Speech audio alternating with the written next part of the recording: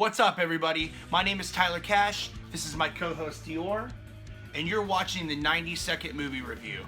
This week, we're going to talk about Ghost in the Shell, starring Scarlett Johansson and directed by Rupert Sanders. First, we're going to talk about this movie's finer points. Visually, it's stunning. Think Blade Runner meets The Fifth Element, but in 2017. I highly recommend if you get the chance to see this in 3D IMAX. That's the way that this film was intended to be seen. Now, I've been looking forward to this movie ever since I was about 12 years old, skateboarding around, playing a shitload of Diablo 2, and watching anime.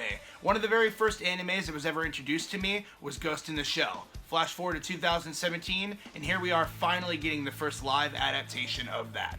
Of course, Scarlett Johansson kills it. It's not like we haven't seen her play a character like this before. I will say that this movie has a perfect runtime of around 2 hours. Not too long or pretentious, and not too short and meaningless. I feel like it's perfectly paced. On the downfall, we don't get a lot of strong dialogue between characters in this film.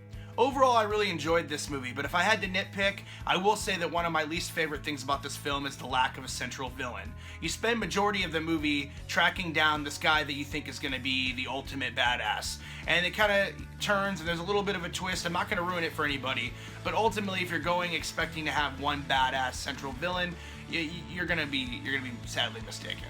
What'd you guys think of Ghost in the Shell? Were you a fan of the original? Let's talk in the comments. My name is Tyler, this is Dior, and this has been the 90-second movie review.